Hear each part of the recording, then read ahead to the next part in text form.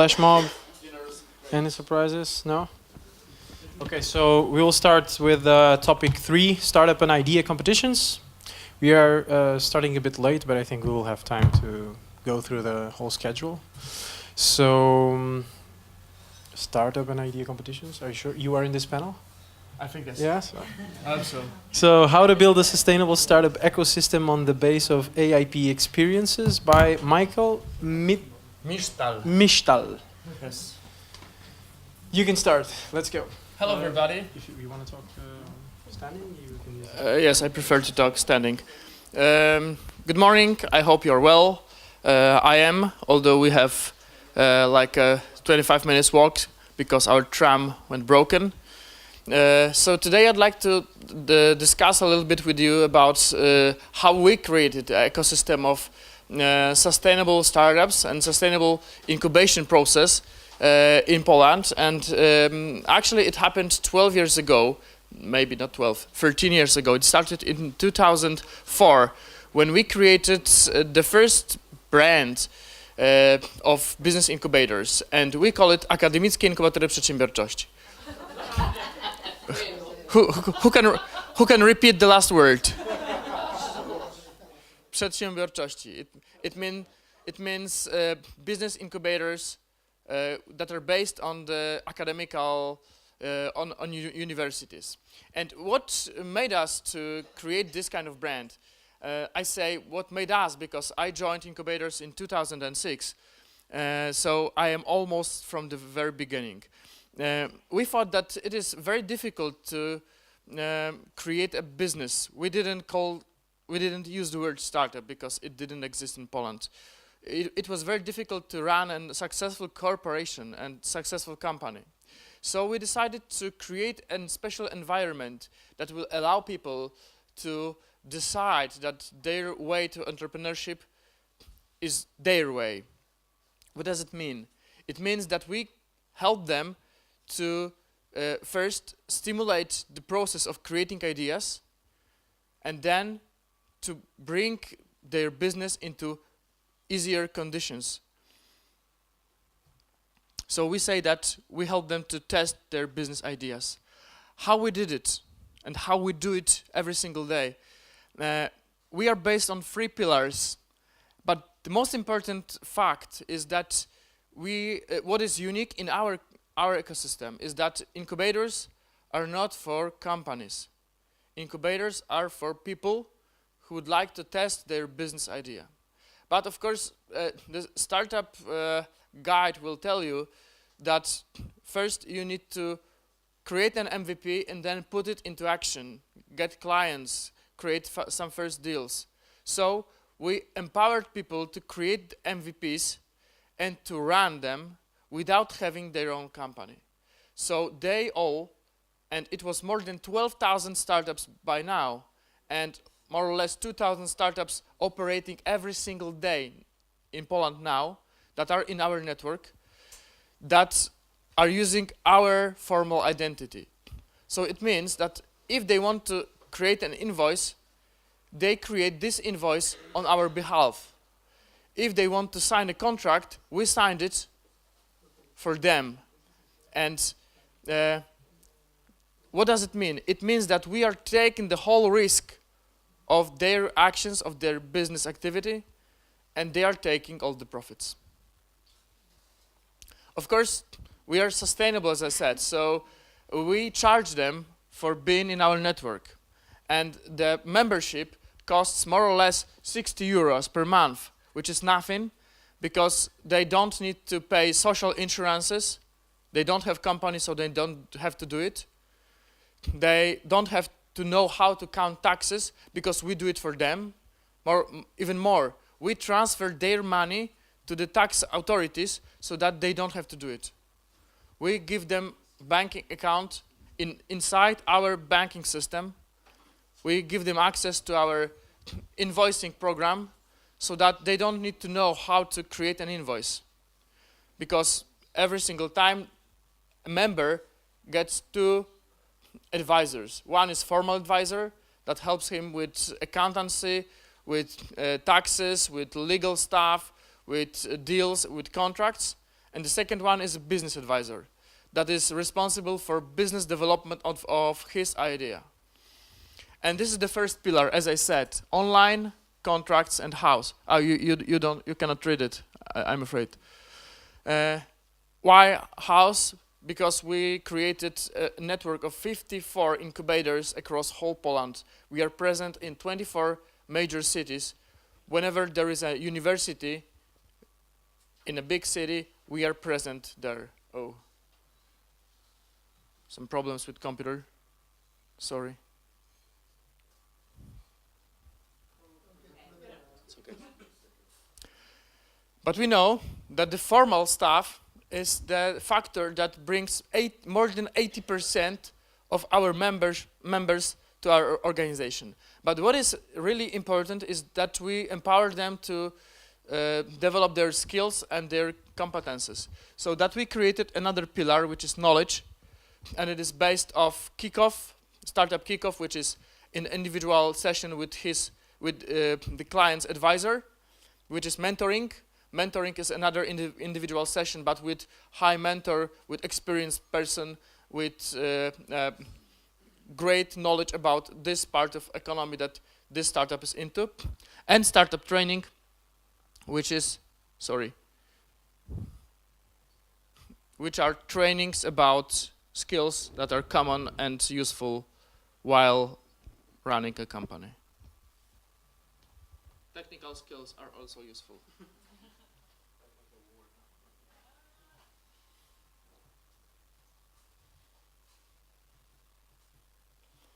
And the third pillar is networking, because we know that relations in business are probably the most important. So we help them to create and build their own networks of relatives, of partners, of mentors, of IT technicians. I am just a host.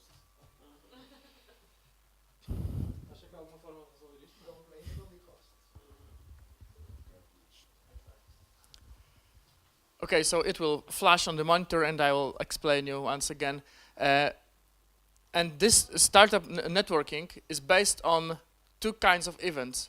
The first one is an icebreaker, which is informal one, that is devoted to, group of people, they are chatting, they are eating pizza, and they are discussing their business problems. And the second one is a startup mixer, which is a more formal opportunity to meet an experienced person, experienced entrepreneur. Then we have at least 3 pitches of startups, and then networking in the groups. So it helps people. It was good for 1 second. It helps people to create their own network and to share their products, to sell products, because there is a big lie, and people very often think that if they have their own website, that it is enough to get customers, and it is not enough. And the best way of acquisition, of selling your products, of selling your services, is by relations. And this is why we created these 3 pillars, like a company, knowledge, and networking.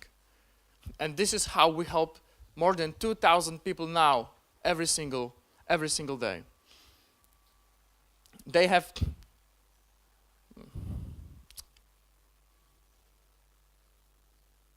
an access to 54 offices.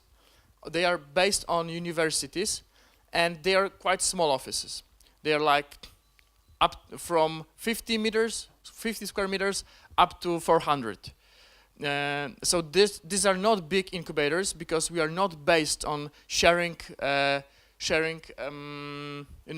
space to work, but rather I say that we share our formal identity, our legal representation, so that they don't need to risk. And we teach them how not to risk too much, because they cannot take loans, they cannot take a car in leasing, because it is prohibited, because of course they would have car and we would have debts. So we don't agree with that. So we show them the quickest way how to test their business idea. And once it's tested, our duty is over. If they are earning money, if they are sustainable, they should leave our organization and go further. And of course, we prepared another further steps. I have a map of Poland here. Oh, you can see it. The orange one is the number of incubators inside each voivodeship. So we've got quite a lot of them.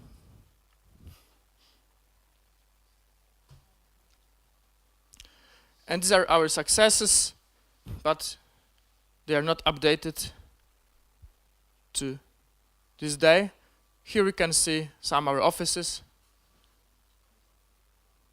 As I said, they are small, they are based on universities, because for us it is very important to cooperate with people that have ideas, but they don't know how to use them.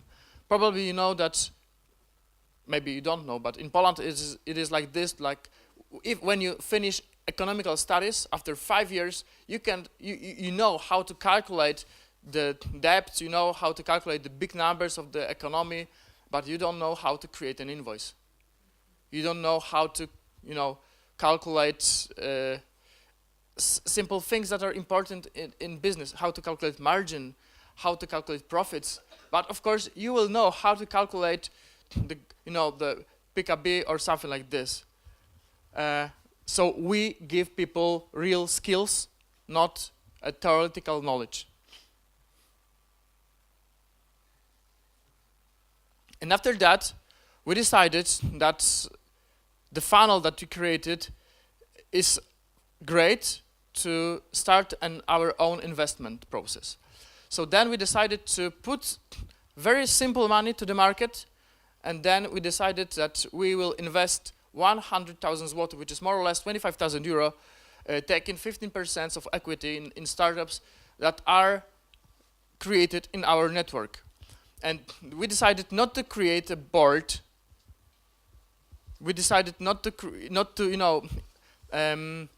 come inside the every single operational decisions of the startup. We decided that we will trust them, we will rely on them because we know them. Thanks to this funnel, we are able to trust people that we invested our money into. And we invested in more than 100 startups by now. Of course, some of them failed. This is normal in a seed stage. Some of them failed. If nobody failed, it means that we took too little risk. It is not okay. But some of them are very successful. We have first exits with plus 10 multiplier. And we've got still companies inside our wallet that if we exit now, the multiplier will be times 100. So I can say that one good investment process on a seed level can cover 99 mistakes that we made in the process. So, of course, there is a time perspective. It passed like 5 years since we invested in that startup that is very profitable, well known across Poland, and we hope that it will be enough. And once we decided to exit from this startup, it will cover all our mistakes. As well, the seed, this AAP seed capital is as well covered by these 3 pillars. And once we decided to invest our money, we thought that we need to create another brand. Okay, so I told you about this. We decided to create another brand that we need to put somewhere these startups, to work together, to to tighten the relations and to help them to grow, not to control them, because we knew that we have not enough resources to control all of them. We decided to trust them, to rely on them, and to create for them environment to further development. And once I said that incubators are the best way how to test a business idea, and seed is the best way how to finance it, Business Link is another step that is devoted to further development. And this is a place for companies that would like to grow rapidly. And from that day that we started, the price of membership, because as I said, we take money from our members. We are not financed by governmental subsidy. We are actually sustainable because of the money that we get from the market, from our members, or from partners, from sponsors, etc. And this membership as well allow you to join Business House. We've got, I have photos on my PC, but unfortunately I was not able to connect it. Probably, maybe I will try to show you, even though. We created a network of 13 business accelerators, but not such small as incubators. Then our accelerators are more or less at least 500 square meters, but up to 5,000. If you watch football, if you watch Polish national team, you can see the national stadium in Warsaw. Our biggest accelerator is located in National Stadium, which is 5,000 square meters, which is a house for more than 200 startups developing their business ideas. And this is the main reason why we created this funnel. First, we are active on universities to spread the news about how you can become an entrepreneur. Then you can test your business ideas in incubators. And after that, if your business is scalable, which we believe in, we can invest our money, and then you can go to Business Link. Of course, you can reach Business Link even without going through seed and incubators. You can get to Business Link every single day, even if you weren't a member of our network. And still, here we have the same pillars like firm, knowledge, and networking. And after that, I don't have this on the slide, but I have to tell about this. After that, we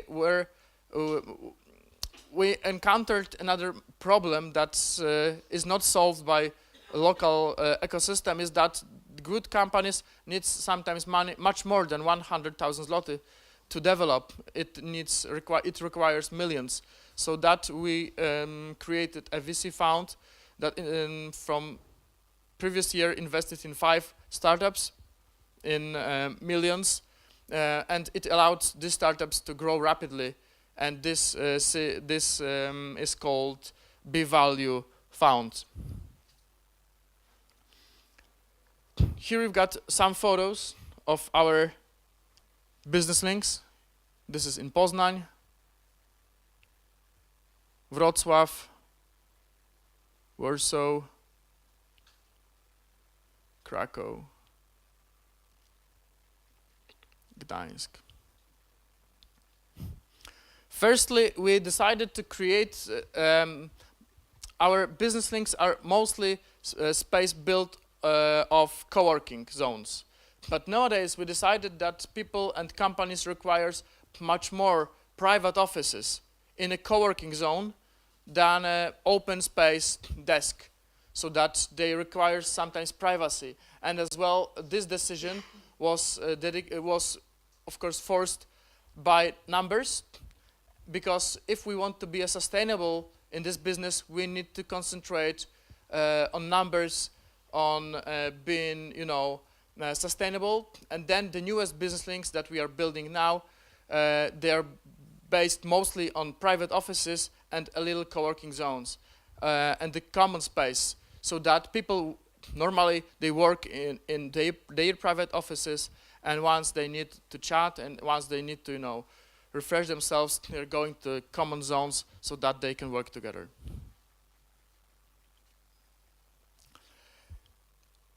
We know that Poland is not the end of the world, so that we created a ready-to-go program that helped more than 70 businessmen, 70 members of our organization to go abroad, to go to Silicon Valley, to Shanghai, to London, to attend to accelerating programs that allowed them to get new investors, to get new mentors, and to learn how to create a business on a global scale.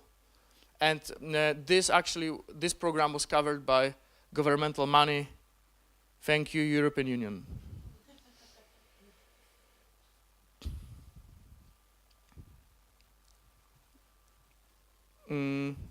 I will go to this funnel. So we created an ecosystem that allowed people to test their business idea, and before they test it, we put dreams inside their head, because we go from university to university and we say that, okay, you can quit your job, you can start your business based on your passions, on your skills, and you can be happy running your own company, and we'll help you with all this formal stuff. You don't need to concentrate that much on this.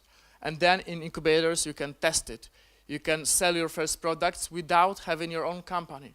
And once it is successful, you can quit incubators whenever you want, and then you can have your first company, bless you, which is of course connected with beneficiaries and discounts in the tax system. So you can first test it, and then you can benefit from this tax discounts. Then you can get money from our seed fund. Of course, you don't have to take it, but you can if your business idea is good enough. Then, of course, accelerating programs in business links are very important, and expansion is empowered by a ready-to-go program.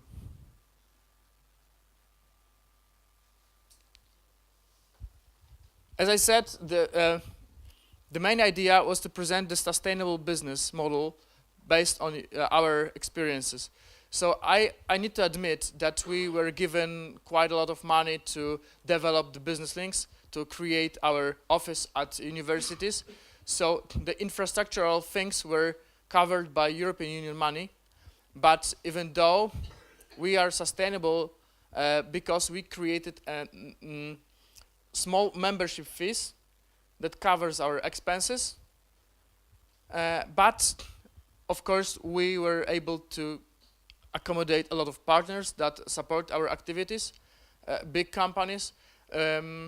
I don't have this on the slide, but we have another branch that we call B Change, which is devoted to cooperation with big international companies, and we teach them how to work with startups, how to acquire innovation from startups, and how to scout good ideas from the market. So we organize scouting programs for them. As I said, this is a well-developed ecosystem that exists for 13 years, that helped more than several thousand startups, several thousand people, and some of them failed, some of them succeeded. We would like to believe that we put our brick in building this wall of entrepreneurship and wall of entrepreneurial Poland. Thank you.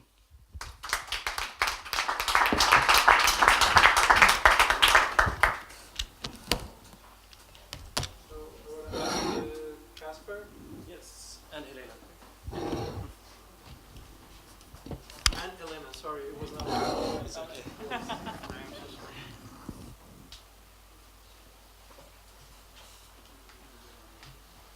sorry.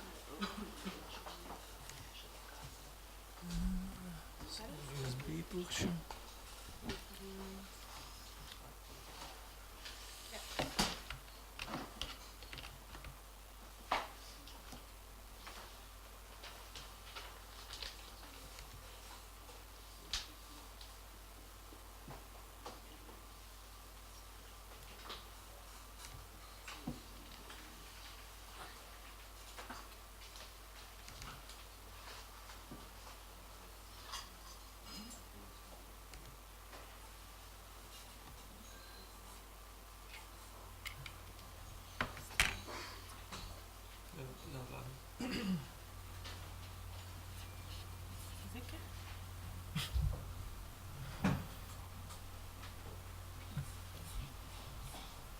Ik heb al geklikt, ja. Ja, het is al op.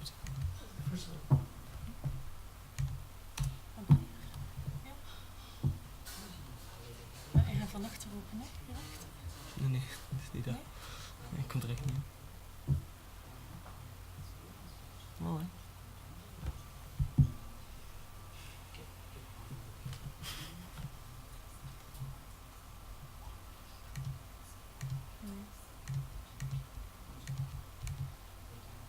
Allee. Zeg een taak bedoel.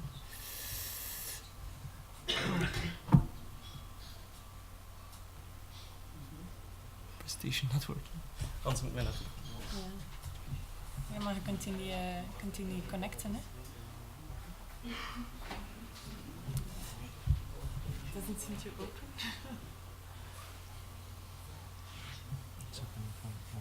Ja, ja.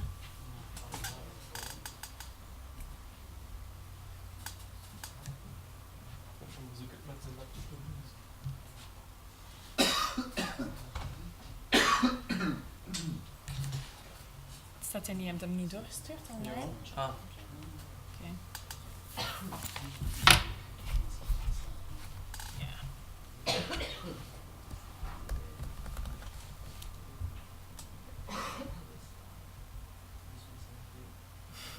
Nu op het 3 keer.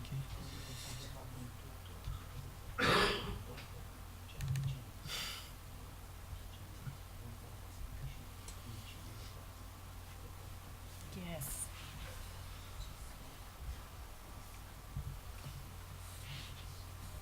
All right. I think we can go. Yes. Hello, good morning everyone. Can you hear me? Is everyone awake? Okay. So, hi everyone. We're going to give you a small presentation on the company, the Birdhouse, and the topic of startup and ID competitions, and our point of view of what the government should do to support startups. First off, I'd like to thank the municipality of Lisbon, of course, for inviting us, and the city of Antwerp, our partner, which is actually the reason why we're here. We really like Lisbon because you can feel the startup vibe here. But we want to say that Antwerp is doing a really good job as well, and we'll give some examples of that in this presentation.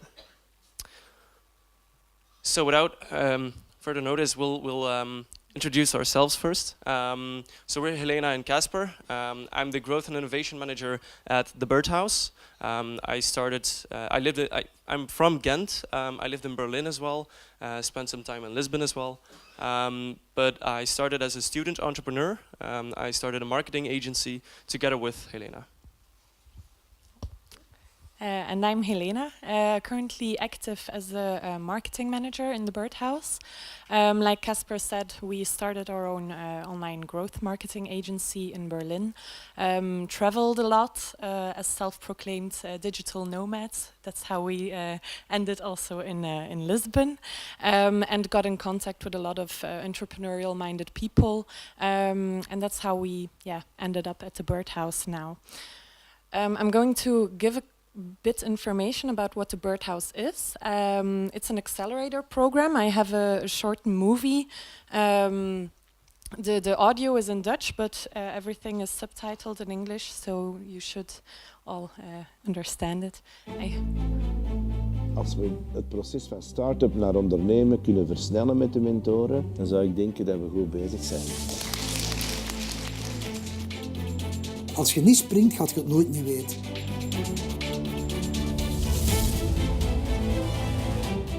Als je van een idee naar een werkend bedrijf wilt gaan dat winst maakt, dan moet je bij de Birdhouse binnen.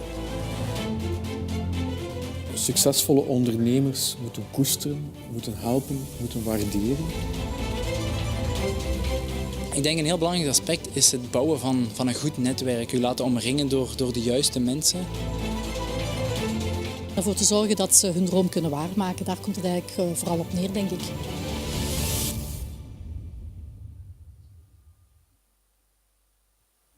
So these were a couple of taglines about the Birdhouse.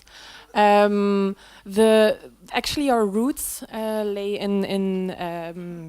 in a community that we started a couple of years ago, where we organized a lot of events for ambitious students and young entrepreneurs, where we invited experienced Belgian entrepreneurs to share their stories, to share knowledge, insights, how to start your startup, how to grow, and based on these events and our community, we learned that there was a huge demand for mentorship and guidance. And that's how we actually started the Birdhouse later on. Today, the Birdhouse, we still do events now and then, but we are focusing on the accelerator program. We are now in our 4th batch, currently ongoing, and every batch there are 15 startups that get selected. The batches take 6 months. It's a very intensive period. There are 30 mentors that are active in the program. So every startup gets approximately 2 to sometimes 3 mentors only for their project. So that's quite unique in Belgium. And up until now, it still is free for every startup to enter. So you don't have to give away equity to get in the program. We focus on 5 pillars. Mentorship, obviously. We have 2 office spaces, one in Ghent, and recently, 6 months ago, we opened one in Antwerp. The network, like Michael already said, the network is very important for starting entrepreneurs, because the network gets you to new places. Training, it's also a very intensive program, so we focus a lot of teaching business skills, how to get further, varying from online marketing skills to legal insights, etc., etc. And we're now also working on an investment fund, so that the startups in the accelerator program can get access to funding to further grow their company. These are a couple of numbers. The Birdhouse is, like I said, approximately 2 years old now, and you could say we are a startup ourselves. In the beginning, the first call, we had 160 applications. Today, the last batch, we had almost 800 startups that wanted to join the accelerator program. So that shows that it's also very much growing in Belgium. A couple of mentors, but I won't go into detail with them.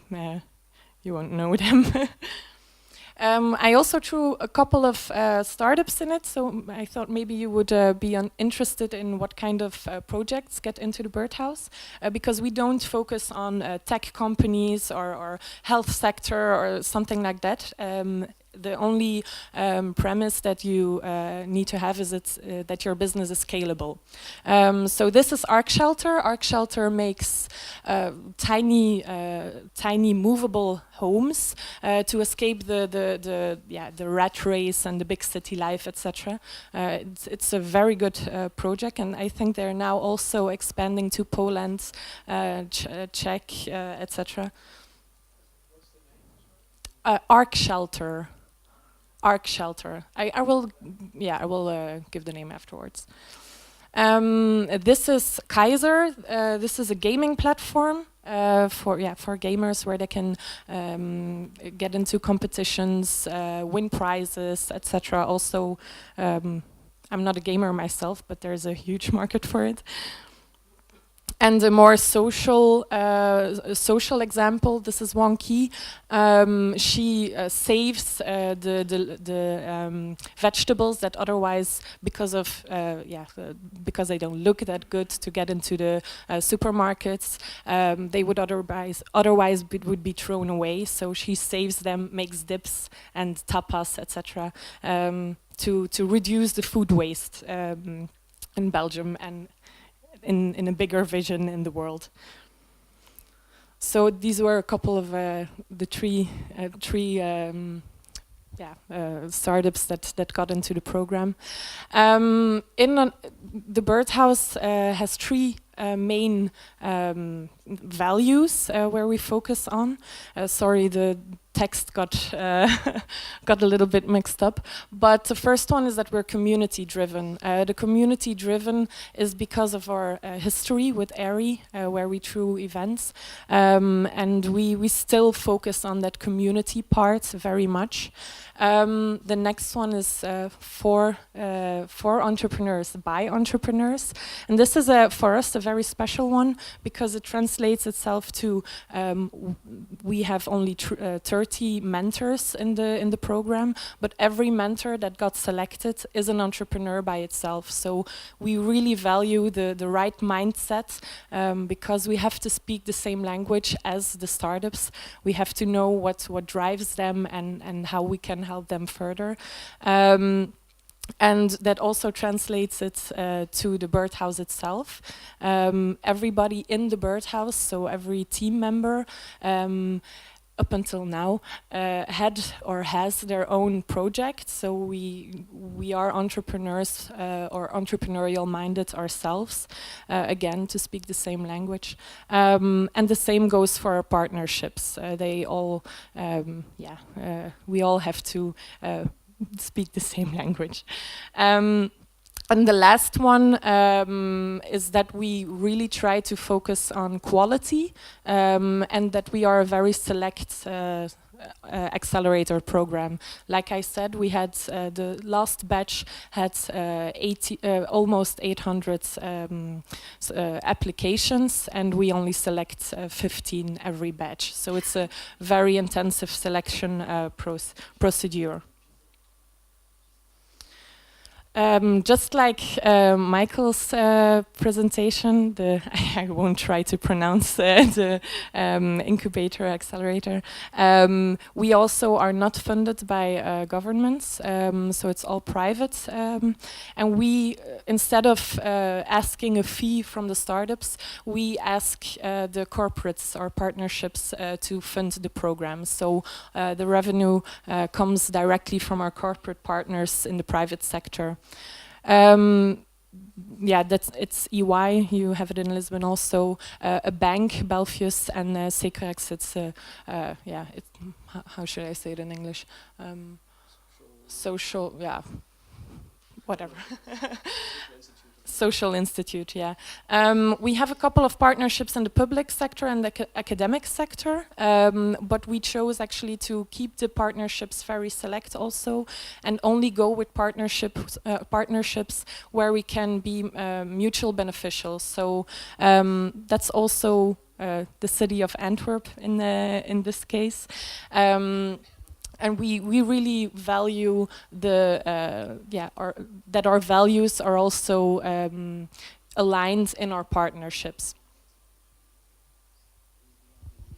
Yeah, so that's actually why we're here as well. We're invited by the city of Antwerp, and we've only been partners for 6 months. But the most important thing that we think is that the values are aligned. As Helena said, the entrepreneurship, the feeling that we are all in this to help entrepreneurs and not for our own sake or for the marketing of the city or the PR stunts or whatever, but mainly to help the startups and to build this community of entrepreneurs. So that's what we think is pretty innovative in our partnerships, that we look at the values and not so much the financial contribution, the marketing contribution, and so on. And that's actually how we can help each other to grow bigger and better. It's also, in our opinion, that's also what is very important in Belgium. That's also a part that is very needed in Belgium, because we are already a very tiny country. The part of unity makes strength is we really incorporate that idea also in the birdhouse. You have a couple of years back, the ecosystem was very shattered. You had a lot of organizations that worked on themselves, that were very protective, but but now the last years we have seen that also government organizations, private organizations are really starting to work together for a mutual beneficial goal instead of competing each other, which in Belgium was the case very much. And to get Belgium on the map as a startup country, the idea of working together is really important, because Belgium entrepreneurship is rising, both as student entrepreneurship. The statute for student entrepreneurship got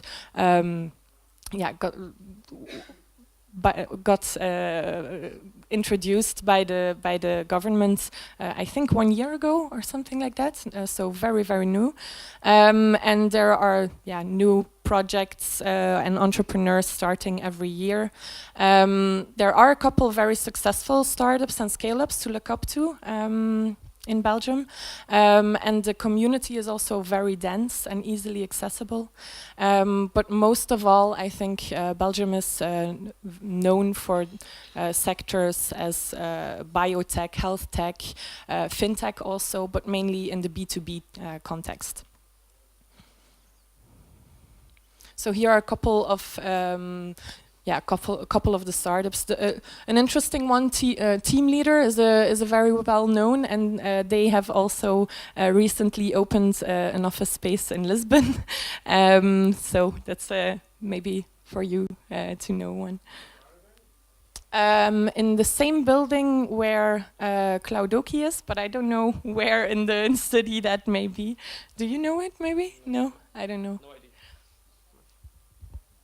So you all know this picture. It's just the startup ecosystem. It's all the players in the game, actually. But we want to focus today on the government part, and it's weird. How and why the government should partner with startups. So a couple of reasons, of course, and there are more than on this slide, but sharing knowledge, funding, giving guidance, the innovative character, real-life case studies, the network, and so on. So there are more than enough reasons to partner up on both sides. Most of you know these reasons, so I won't go into depth. But what we think is one of the most important ones, because we as the Birdhouse believe that we should be there for the entrepreneurs and that we should be a facilitator ourselves. We think that the government should be a facilitator as well, and not actually not an active player in the system. We believe that they should make it everything easier for the startups to do their job, but not be an active startup in it.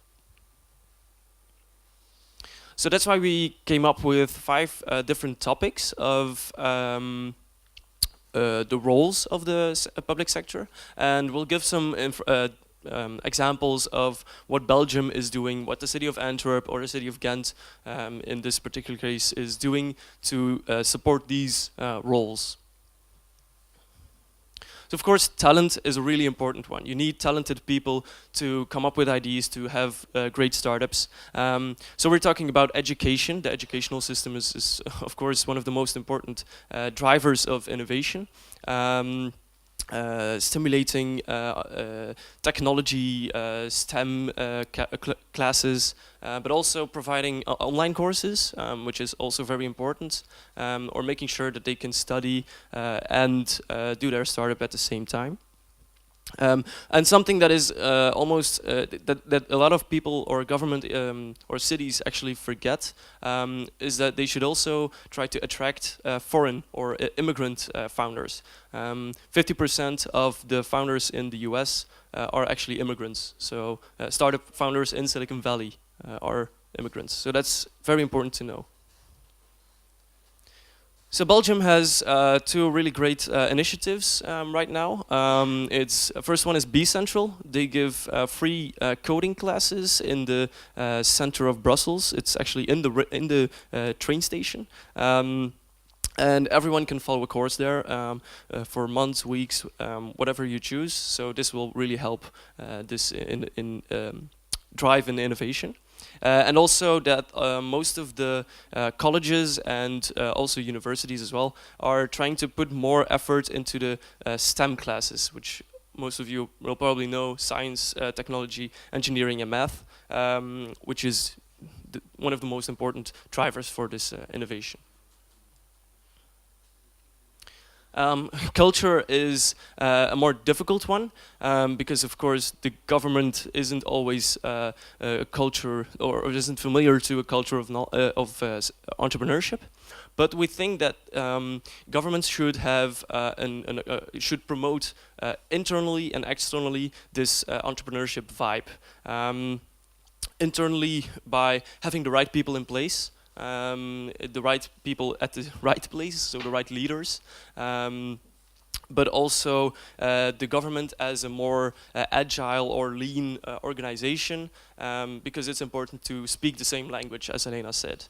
And of course, externally as well, by promoting failing.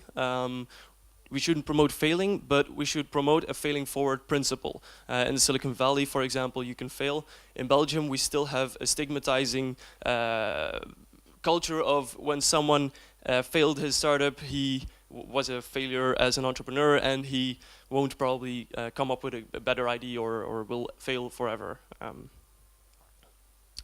But there are some nice initiatives in Belgium to stop this. Failing Forward, for example, is a campaign by the Belgian government. But also the city of Antwerp has a couple of nice examples. Apps from Antwerp is a competition, a hackathon, where students or anyone who's interested in apps and development can hack up an app and win prizes. I think most cities have some kind of competition like this. But also the Startup Fair, which is a nice one. They invite startups to pitch for corporates, and then the corporates can directly get into touch, get meetings with these startups to become partners, to become the clients of these startups, or even invest in them. So that's really interesting. And Take of Antwerp, also in the city of Antwerp, provides a co-working space for students. I think it's for free, should he? Yes, so those are really nice examples of how you can stimulate this culture of entrepreneurship. Of course, startups need capital. Money is still a big issue for startups. They need to hire people. They need the costs of development and so on. So the government can provide loans, grants, subsidies, discounts, seed funding even. So we've got a couple of nice international examples like TKS in Finland. But Belgium is doing a really great job with the subsidies and grants. As a Belgian startup, you can enjoy a lot of free stuff actually, or subsidized stuff. But for example, the City of Things is a new project from the city of Antwerp, where they're creating, like most of you, and like you can see in this building as well, trying to create a smart city as a living lab. And they're also co-financing and co-creating with other businesses. So this is a great step forward. And of course, legislation. We need the right legal system, the right tax system. The government can give tax incentives that will make it easier for startups to start their company in Belgium, or even foreign people to go to Belgium and start their startup there. We've got a couple of right actions. The Startup Manifesto is a combination of entrepreneurs who came together to come up with a plan by 2020 to have more startups, to have better people in the government, and so on. Also, Digital Belgium is an initiative from De Croo, who was a startup founder himself and is now one of the ministers and the leading player in the digital Belgium politics. And last but not least, definitely not least, the network is one of the most important facilitating roles of the government in our view. I think the network, the government should be the one independent player that connects all the the players of the ecosystem and tries to come up with collaboration between them. So both Antwerp and Ghent are doing a great job by connecting and mapping, like you saw yesterday as well, mapping all of these players and trying to organize events together to build a bigger network. But the most important thing that is that the government should do together with startups is to grow these entrepreneurial minded people and their businesses. And that was our presentation, so I'd like to say thanks. Thank you to our partner. That's it. And if you have any questions, I think we'll have a debate in a moment, so thank you.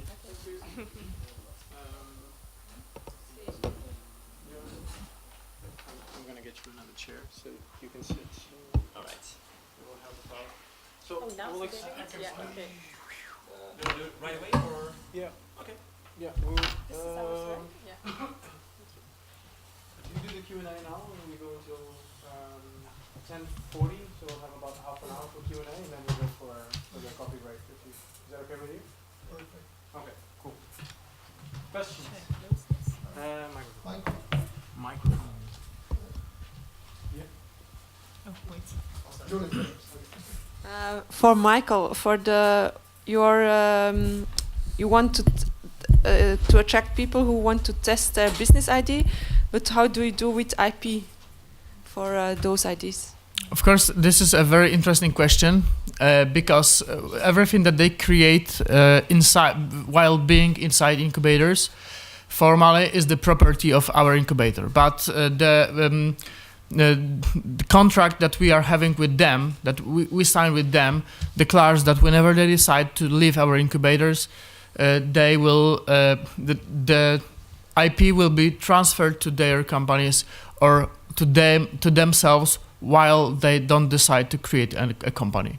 So of course some of them, they are afraid that we will steal their idea, that we will steal their clients, etc. But we don't have these problems now in Poland, while we are quite well known and quite well presented in media and in universities.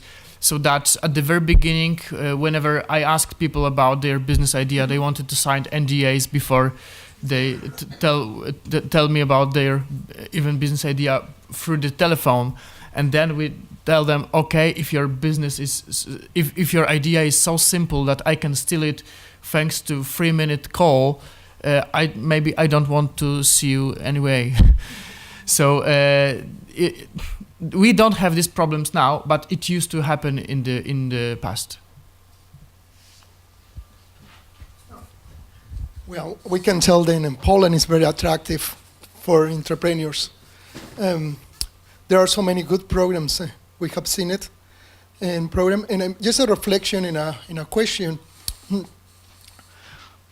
Sometimes I got the feeling that in our regions there are more organizations supporting entrepreneurs than actually entrepreneurs, and so it happens in our region too. Okay, but you had a very good. We have seen it during the Speed Up with very good, excellent programs supporting entrepreneurs in Poland, and I wonder, how do you coordinate? How do you make sure you don't overlap your functions? What do you do to get in connection with the other programs and to get the best, and also make it, economically speaking, more profitable, not to overspend money, and to get better results? First answer is here, Speed Up, because we are, and I'm honest with you, we organized a working group that shares we meet every single 2 months, and then we discuss what we are doing, how we can cooperate, how we can implement our activities inside another programs. So this program helped us to strengthen the cooperation. But even without this, we used to meet on several occasions on mixers, on business networkings, because the community is quite small. Actually, we all know each other. And from this point of view, I need to agree with you that there are not enough startups, because yesterday I had a discussion with somebody that we have too much money and too little startups good enough to to accommodate this money. And this is a real problem, and this problem will grow stronger and stronger in the next years as our government decided to put enormous money into startups because, you know, this is fancy. This is cool to invest in startups, and even Macron said that France is a startup, so it is politically correct to invest money in startups. But they didn't create enough governmental programs to support it. So we will have a lot of money and very few startups ready to be invested this size of capital. So what will come in the next 2 or 3 years is that first thing is that the startups will be overrated, yes, overestimated. The value of the startup will be overestimated. And the second thing is that the VCs will have a very big problem to compete with public money, very big one, that has to be spent, because this money has to be spent. This is not like if we'll have good ideas, then we will invest. No, it doesn't matter. This money has to be spent. So if the ideas are not good enough, still the money will be spent. So it will drive us to overestimation of the value of the companies, of the startups in Poland. But from their point of view, it's good, because having maybe not the best project, not the best product, they will get money for growth. Is there a specific entity from the government who decides where to invest in those startups, or do they give the money to partners like you, and then you decide where to invest? Of course, the system is, from one point of view, it can be effective, because the money were given to very big public companies, so that they are organizing through VCs, accelerating programs to startups, so that if, for example, we've got a big IT company, maybe not IT, but a company connected with energy, so that it means that they are seeking for startups that can, make this energy green, etc., etc. So that they are focused financing corporate accelerators. Exactly. And then from there, exactly. And from this point of view, it's okay. But to be honest with you, these companies are not ready. They're not prepared to invest money in startups, because they have still in the back of their head that they're investing public money in very risky businesses. And it is very easy to judge and to say, okay, why did you invest in this startup and it failed and it was public money? You made a mistake. Yep. You will go to jail. So it's simple. So they are afraid of investing in risky businesses. They are not ready to, to take the risk, because without this risk, we'll have no innovation. So that this is why they need to cooperate with VCs that have experience in this field. And maybe this is the way that the Skype will become visible in Poland. We don't have the Estonian representation, but the CEO and the founder of our organization, great visionary, Dariusz Żuk, he always said that we will have free Skypes by 2020 in Poland.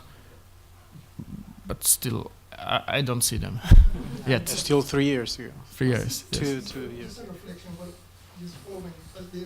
This is the feeling that I get in yesterday and now. Well, during the Speed Up project too. This competition, when any given city in Europe, you have also so many organizations supporting entrepreneurship and competing for that entrepreneur. But now we are taking it to another level. Now we have the regions in Europe competing for the entrepreneurs. So we have Estonia trying to be the e-resident and to attract your entrepreneurs, because you're very closer, and also Spanish and English, but also you are doing the same, and everybody we are doing now, we are competing. I don't know, where is this going? I don't know where is this going. At the end, we will go to Thailand and create our businesses there and live Europe. Especially this residency, yes? Yeah, this is especially tricky one. Yeah, tricky. But any program, when you are competing, you are tricky.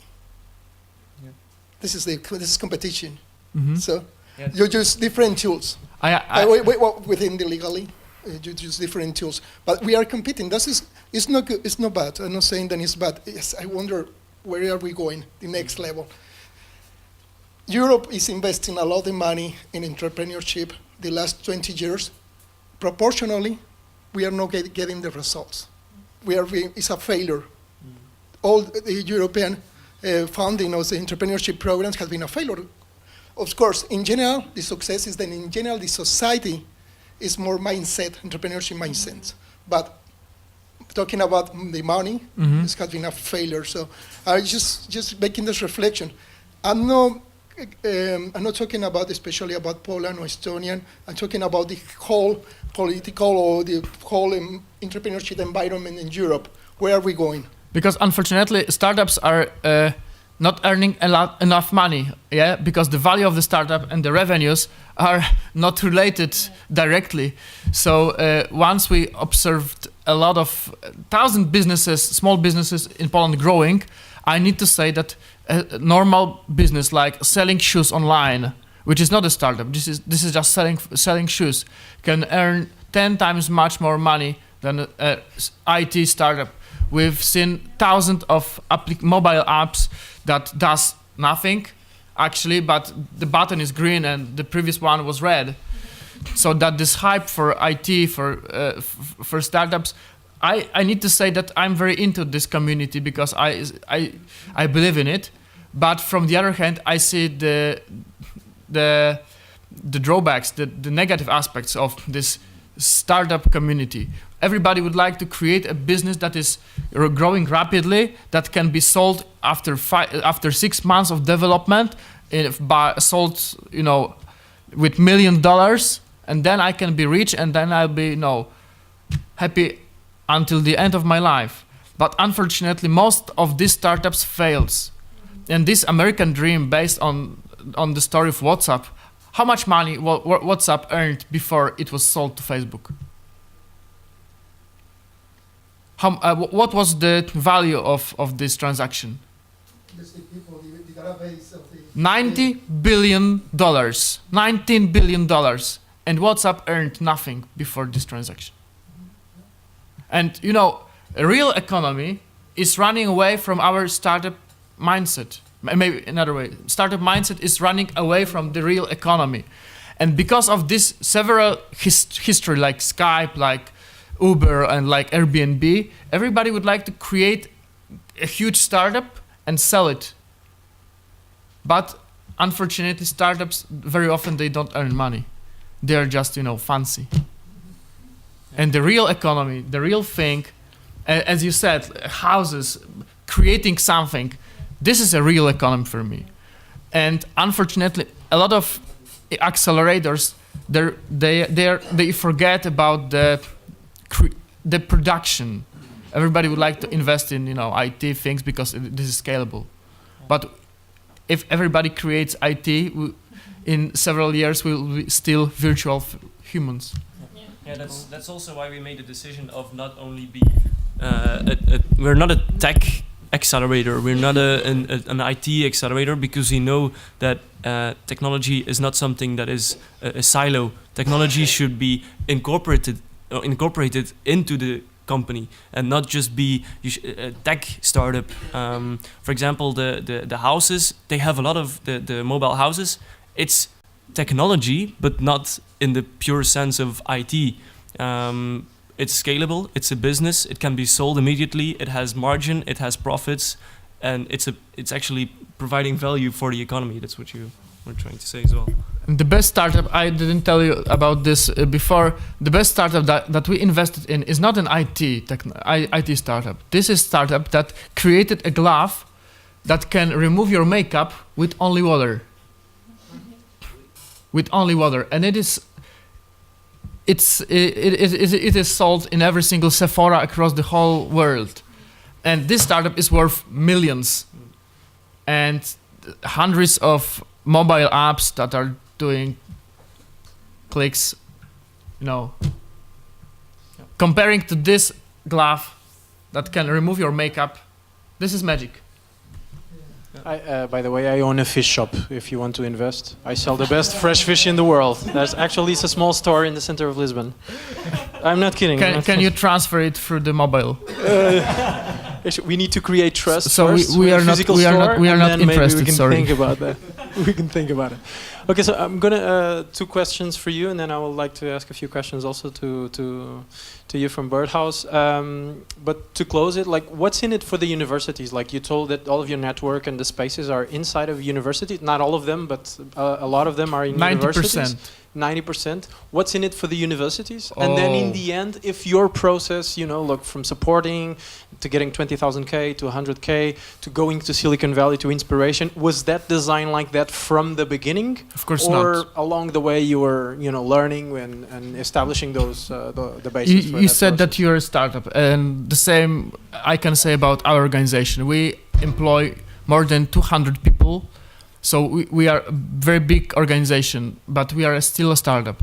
You asked about universities. Of course, universities in Poland, they have a very serious problem about employment of young people. And maybe nowadays it is not so strong, but universities teach how, not how to, but what is.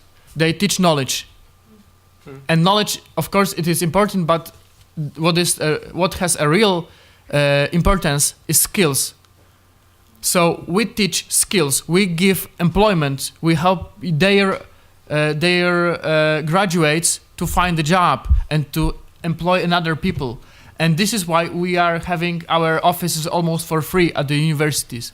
We don't have to pay rent because we organize, instead of them, actions to their students for free. We do a lot of things for free for the community, so that we conducted training sessions not only for our members, but for 1,000 students every single year. And this is for free. University don't have to pay for this.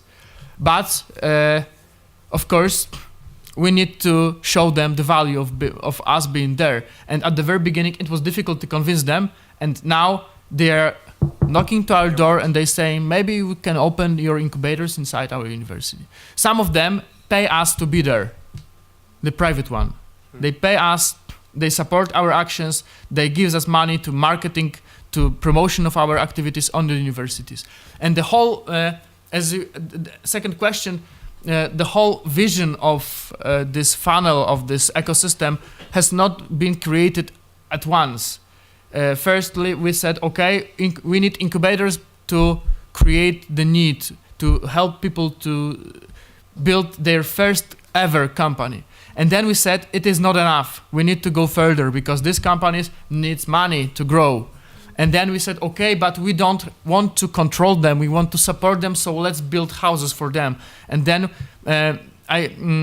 we created this business links. And once they were in business link, they said, okay, but we would like to grow to global scale. So what can we do for them? And then we organized this ready-to-go programs. And then we organized B-Value, big money, private money to support their activities. So we didn't create anything for them that they didn't want. We knew they will want it, and we created. And your reflection about competing for startups, of course, we need to compete because at our beginnings, the word startup didn't exist in Poland. We say company, entrepreneur, and we had no competition. We were the first choice ever. And these competitions, the fact that we need to compete for startups forced us to grow, forced us to create new solutions. This is the way of development, yes? And of course, I don't know where we are heading with this accelerating programs everywhere, in every single school, in every single university. Maybe we should tell people, okay, forget about doing startup, go to work. Because someone has to do the work. Create value, yes. Someone has to create value bigger than, mobile app. But still, I believe that it can bring change. And if we say to our government, let's forget about startups, we would be like, no. Not now. Questions? Political suicide. I can see that your program is, your calls are very successful. And it's very sad to see so many applications and you just go down to 15. And I was just sad in thinking about the people who are left out of this. So I was thinking if you could send it to Spain and to Poland and all. I wonder about the selection process. This must be a very hard selection process. Even, these TV shows when they have these contents, and it's very sad. They cry when they are kicked out of the program, and it must be very kind of sad for you. Can you tell us about the selection process? So we're not Shark Tank or Dragon's Den, so it's not on TV. But our process is difficult. It's a mix between online forums, offline pitchings, and even speed dates with the mentors.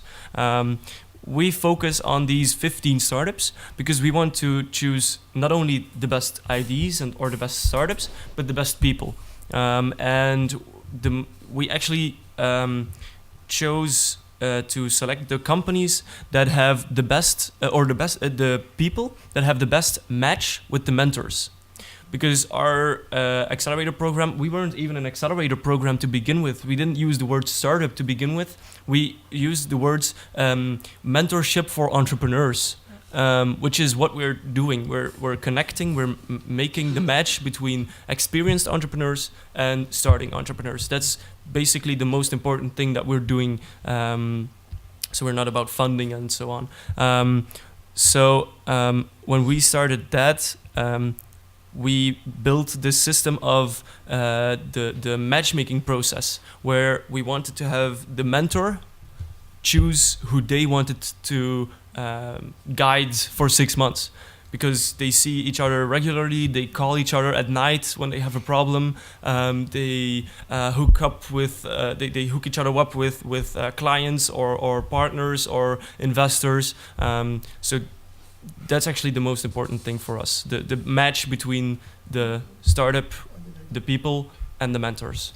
But isn't that making your life a bit difficult? And maybe I question if the results are the ones that you have. For example, I was involved in designing a cross-sector innovation program here in Lisbon that will happen next year. And we were actually having the same discussion, which was, should we charge to people, or should we leave this open to receive 1,000 applicants? Which is then really difficult to shrinking that down to 15. Like, did you thought about charging so that you don't have too much? Like, is it the goal just having a lot of applications so that in the end you have 15? Or maybe you should have less but more quality, and that you have less work and you can focus on analyzing just 500 or 400, and then from those 400 you take the 15 in the end?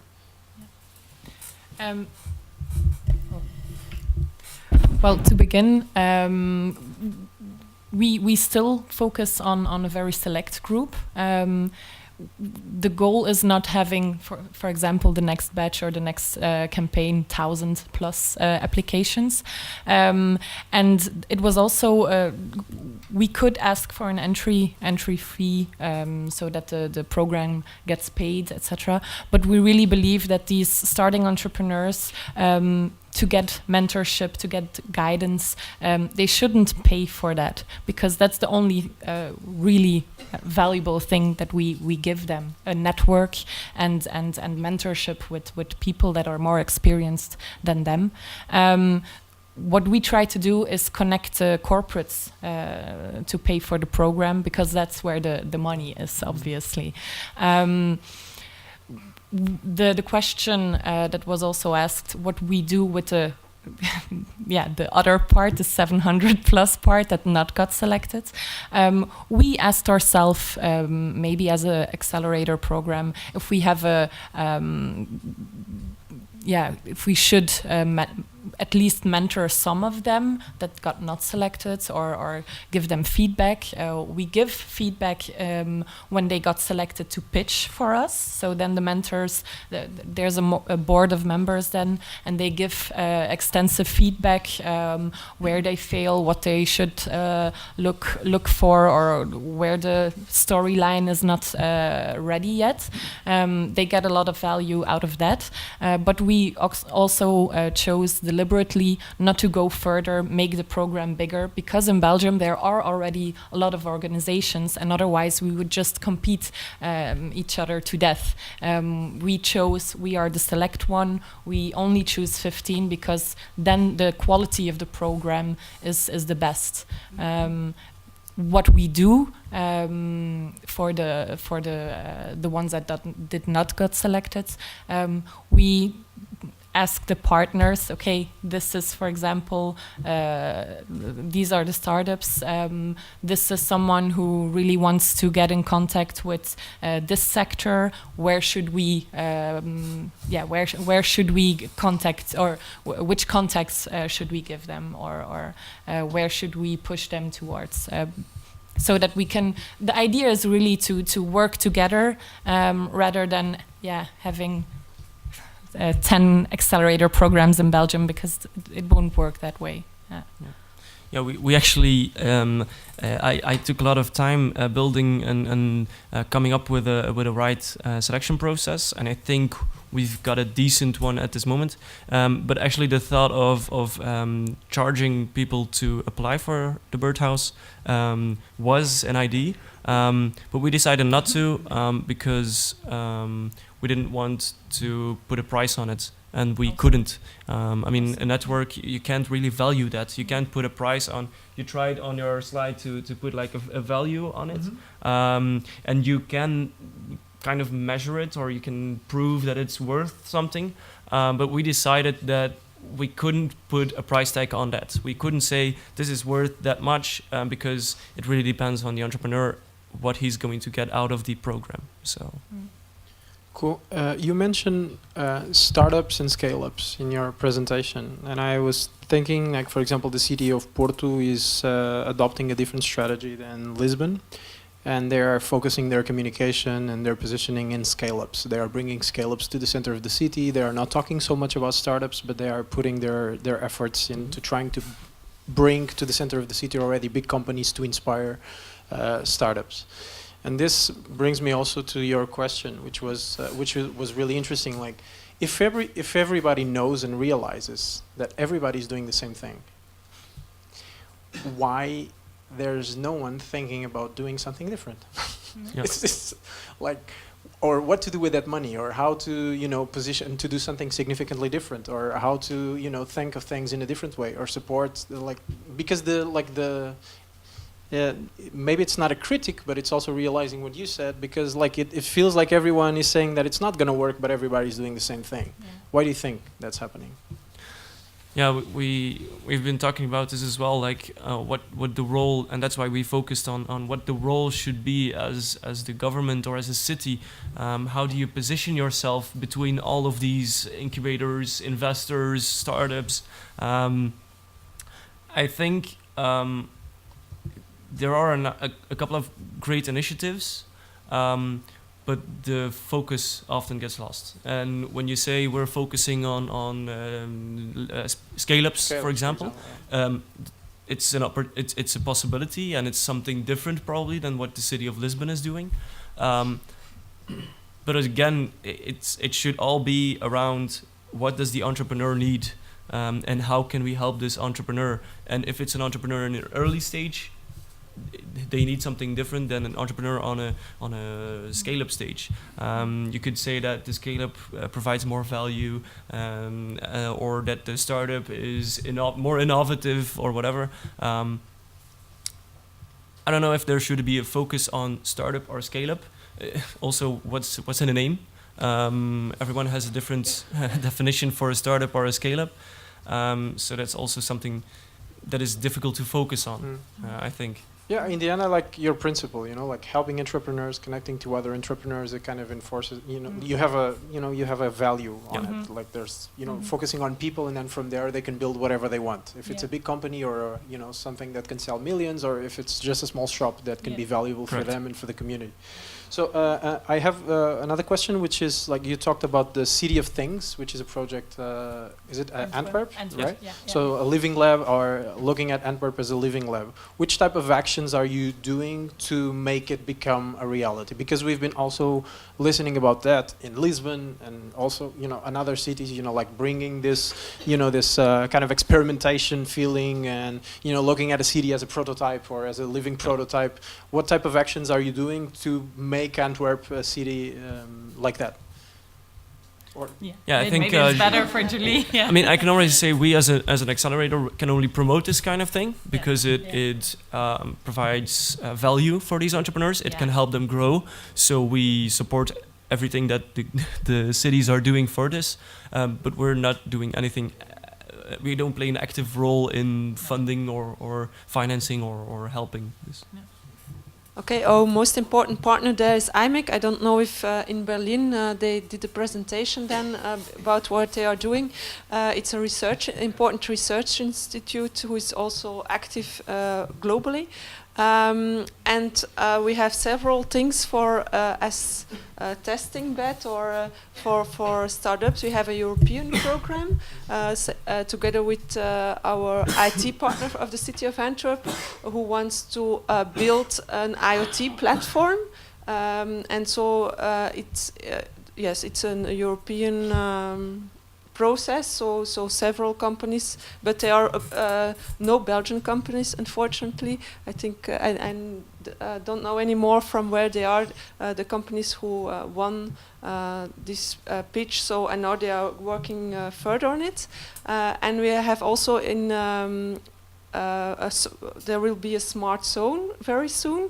So for smart cities, we will have a smart zone, and there will be cameras and sensors and everything. And there you can, as a company, you can test your product. In one specific area? Yeah, in one specific area. And also for other companies who have technology, we give them the opportunity to have a showcase in that area. So they can get known, but for that, we ask them that data they get in this zone, they give it to the other partners or other companies who wants to develop things in that zone. So there is an agreement. So now that will be for the coming months. It's an important project. Do you have more questions?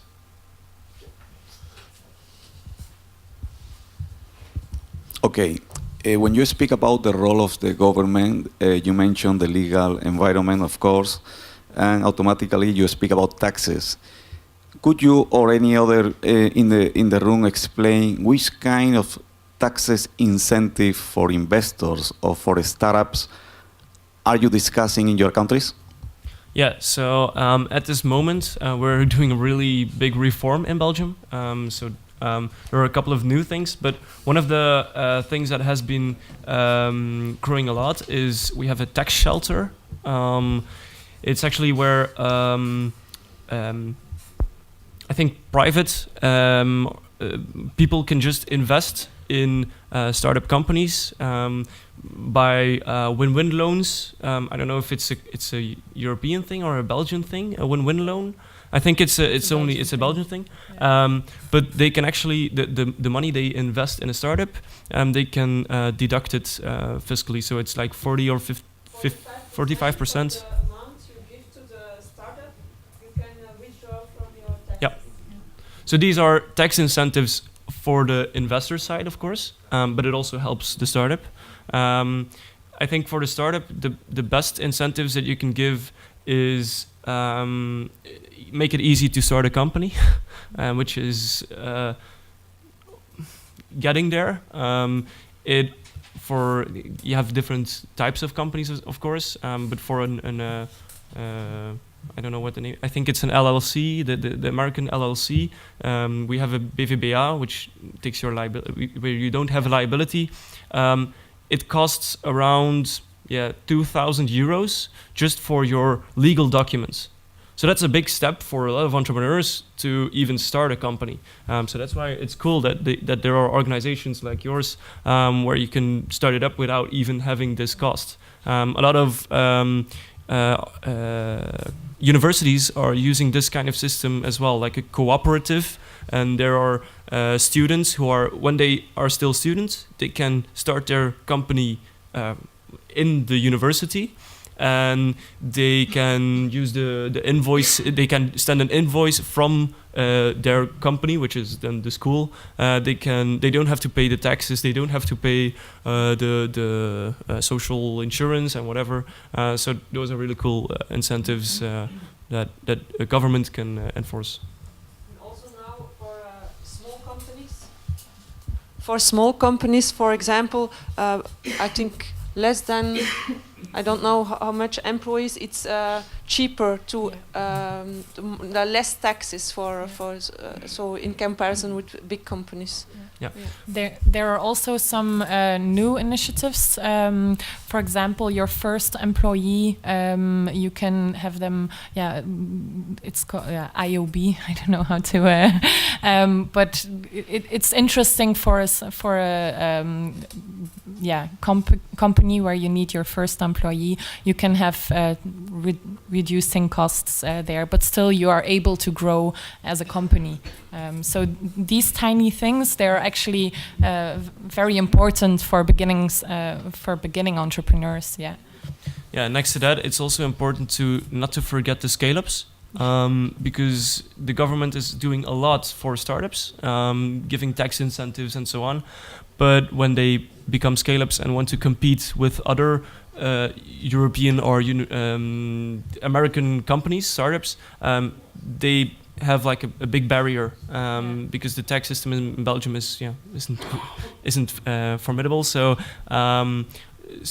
it's important not to forget the scale-ups there. So when you say the city of Porto is trying to become more for scale-ups, then you should build the tax system around these scale-ups as well. Unfortunately, also what we tend to see is that when a startup becomes a scale-up in Belgium, they tend to look to other European countries where tax systems are more interesting to them. So it's a big issue also in Belgium that there is a kind of brain drain, or the companies are just fleeing away of the high taxes in Belgium, because I think we're one in the top 3 or top 5 to taxes, and also to, for example, Lisbon, the one I was talking about, team leader. They came here, opened an office here only for the development team, because apparently the students or developers here are the wages are way less than in Belgium. So in that way, they're looking for opportunities in other European countries or even out of the EU that is interesting for them, so that they can grow. And that's the thing I think in Belgium, or at least in the countries, we have to look to that also. In that way, we're not competing against each other and pushing away.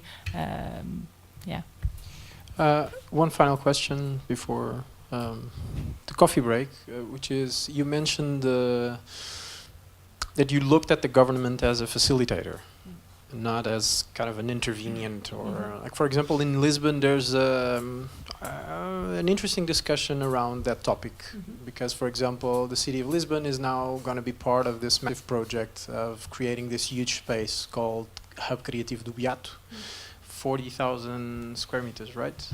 And there's some people who actually think that they are kind of supposing themselves to the role of private companies, and that is taking space for private companies. About it, where's the threshold until